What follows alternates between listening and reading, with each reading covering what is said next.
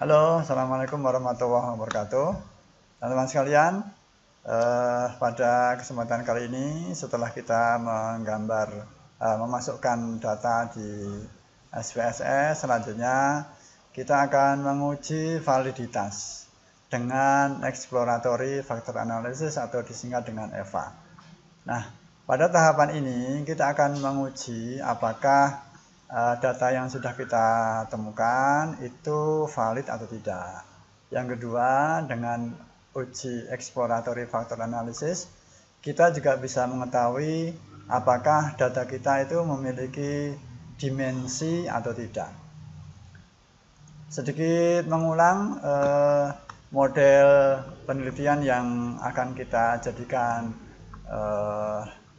percobaan. Ini adalah modelnya seperti ini, seperti pada slide yang sudah terdahulu. Nanti kita akan coba lakukan uji exploratory factor analysis. Nah, baik teman-teman sekalian, kita langsung saja pada data yang sudah kita input. Bagaimana kita menginput data ini sudah saya sajikan di video sebelumnya. Jangan lupa setelah kita punya data ini dari X1 sampai dengan X berapa ini ya, X28 dengan jumlah sampel sebanyak 360 responden. Jangan lupa kita save ya, kita save as saja, misalnya ya apalah, terserah teman-teman sekalian ini mau di save dengan nama apa.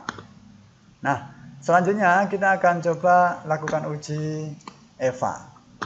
Caranya sangat mudah. Yang pertama kita pilih analyze ya, kemudian pilih dimension reduction, kemudian pilih faktor ya,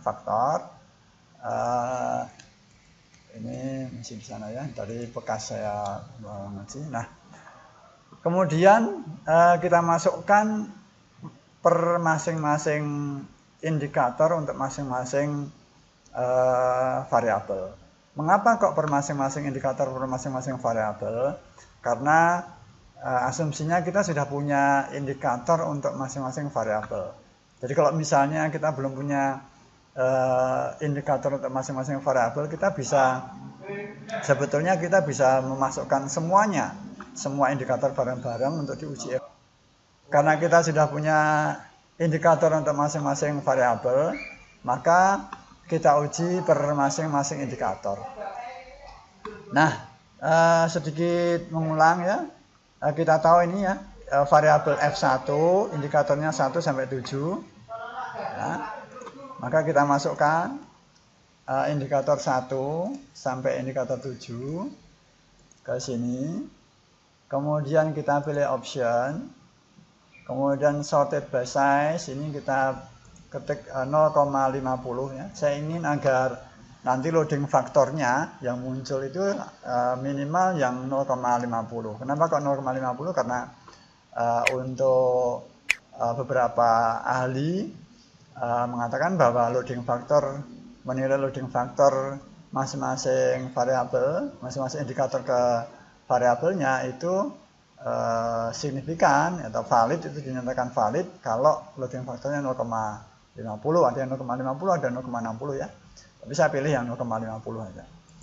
Kemudian pilih rotation, pilih direct oblique mean, ini di sini kemudian kita isi 50 ya. Kemudian continue. Setelah itu kita oke. Nah, perhatikan pattern metric ini ya, output pattern metric. Dari pattern metric ini kita tahu ada komponen, ini indikator 1 sampai 7. Ini ternyata ada 3 komponen. Berarti indikator F1 untuk variabel F1 1 sampai 7 indikator itu terbagi atau terpisah dengan atau terbagi dengan 3 dimensi atau 3 komponen ya. Ini tidak ada yang cross loading ya. Yang cross di sini ada, atau ini yang masuk pada 2 komponen, ada dua dimensi nggak ada, tapi berarti ini sudah oke ya. Nanti kita berarti untuk variabel ini F1 ini nanti ada 3 dimensi. Ini kita copy saja, kita masukkan ke Word ya, misalnya di sini kita masukkan ya. Ini supaya ini agak ringkas, ini kita hapus saja yang bawah. Oke. Kemudian kita lanjutkan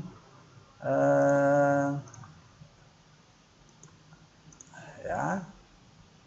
Berikutnya lagi analyze, dimension reduction, faktor. Yang ini kita kembalikan. Kemudian kita lihat F2-nya indikator 8 sampai 12. Ini ya. Ini indikator 8 sampai 12. Sana. Oke. Ini option masih, kemudian rotation juga belum berubah karena kita masih lanjutkan ya. Kemudian ini oke. Lagi-lagi lihat pattern metrik ya. Di analisis yang kedua, pattern metriknya nggak muncul. Ya. Pattern metriknya nggak muncul, tapi yang muncul adalah komponen metrik. Ya.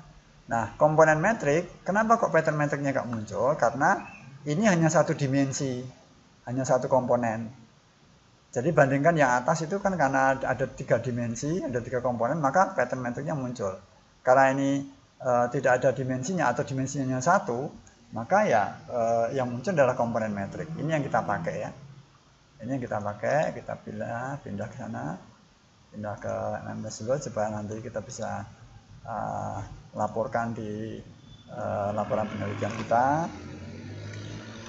Ya. Kemudian selanjutnya F3-nya indikator 13 sampai 19. Analyze, dimension reduction, faktor. Ini kita kembalikan ke sana 13 sampai 19.